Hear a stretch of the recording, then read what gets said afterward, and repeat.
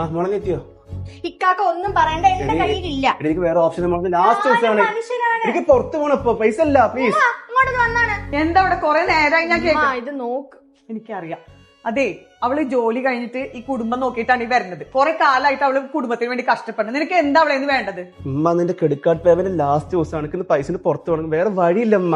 നീ ചോദിക്കുമ്പോ നിന്റെ ആവശ്യങ്ങൾക്ക് വേണ്ടി ഞാൻ പൈസ എടുത്ത് തരാറുണ്ട്. ഇന്ന് അവളെ എന്നോട് ഒരു വേണ്ടപ്പെട്ട കാര്യമാണ് പറഞ്ഞിട്ട് മോൾ അതിന്റെ എടുത്ത നീ അതാ നമ്മളെ റെന്റ് കൊടുക്കണേന്ന് ഒരു മോചനം നേടാൻ വേണ്ടിയിട്ടാണ് ആ പെൺകുട്ടി ഒരു കാര്യത്തിന് വേണ്ടി വന്നിട്ടുള്ളത്. ഇതിനാണോ നീ ഇങ്ങോട്ട് നോക്ക്? ഇതിനാണോ ഞാൻ ചെയ്യേണ്ടതോ? നിന്റെ ക്രെഡിറ്റ് കാർഡിന്റെ പേയ്മെന്റ് ആണോ ഞാൻ നിനക്ക് അടച്ചേണ്ടത്? സ്വന്തം വീട് ഇന്റെ കൂടെ ആകലില്ല അമ്മ. കഴിഞ്ഞ 8-9 കൊല്ലം ഞാൻ ഈ വീട് കഷ്ടപ്പെടുക.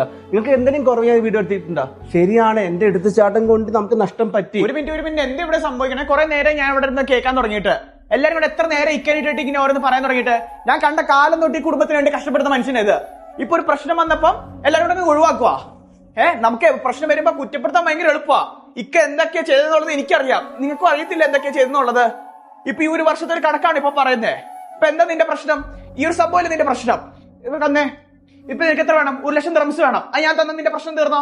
ഞാൻ അതിന് അത് ഉദ്ദേശിച്ചിട്ടല്ല പറഞ്ഞേ. എനിക്ക് ഇക്കാക്കായെ വേദനിപ്പിക്കണമൊന്നുമില്ല. പക്ഷെ എന്റെ അവസ്ഥയും കൂടെ മനസ്സിലാക്കണ്ടേ എല്ലാരും? മനസ്സിലായി. ഞാൻ അങ്ങനെ ഉദ്ദേശിച്ചു ഒന്നും പറഞ്ഞാലേ. ഞാൻ അത് കേട്ടതിന്റെ ഒരു ഇതിൽ വന്ന് പറഞ്ഞാ, നമ്മുടെ ഇക്കാക്കയ്ക്ക് നമ്മളല്ലേ ഉള്ളൂ, നമ്മള് വേണ്ട കൂടെ നിൽക്കാൻ. ഇതിപ്പോ ഈ ഒരു കാര്യം നമ്മുടെ എല്ലാവരുടെയും ഒരു ആഗ്രഹമാണിത്. ഇതിപ്പോ ഇതിന്റെ കാര്യങ്ങൾ എങ്ങനെയാന്ന് വെച്ചാൽ ഉമ്മ കഴിഞ്ഞ ദിവസം എന്റെ അടുത്ത് പറഞ്ഞതേ ഉണ്ടായിരുന്നുള്ളൂ. ഇതിന് വേണ്ടിട്ട് 1 ലക്ഷം ദിർഹംസ് നമുക്ക് റെഡി ആക്കാം. ഓക്കെ, ഇന്ന് തന്നെ നമുക്ക് റെഡി ആക്കാം. ഇക്കാക്ക 1 ലക്ഷം ദിർഹംസ് റെഡി ആക്കുവാണെങ്കിൽ 3000 മാസം ഞാൻ അടച്ചോളാം. മതി. നമ്മുടെ എല്ലാവരുടെയും ആവശ്യങ്ങളെല്ലാം കാര്യങ്ങളെല്ലാം നടക്കും. എടാ, അത് കാണുമ്പോ കൊള്ളാലോ. 3000 ദിവസം മാസം ഉള്ളൂ. ഇത്ര എന്റെ ഇവിടെ ഓഫീസ് എടുത്താണല്ലോ. ഉമ്മ, നമുക്ക് അങ്ങനെ ചെയ്യാം, നമുക്ക് എടുക്കാം. അതന്നെ മോനെ പറഞ്ഞത്. നിന്റെ പ്രശ്നങ്ങൾ സോൾവ് ചെയ്യണം. അതിന്റെക്കാളും വലുതാണ് നമുക്കൊരു വീട് എന്നുള്ളത്. ഇത് നല്ലൊരു കാര്യല്ലേ? അപ്പൊ നമുക്ക് ഇതിൽ മുന്നോട്ട് മോളെ നീ ആ നമ്പർ എടുത്തിട്ട് മോനെ നീ ആ നമ്പർ മേടിച്ചത് വിളിച്ചു കൊടുത്തേ.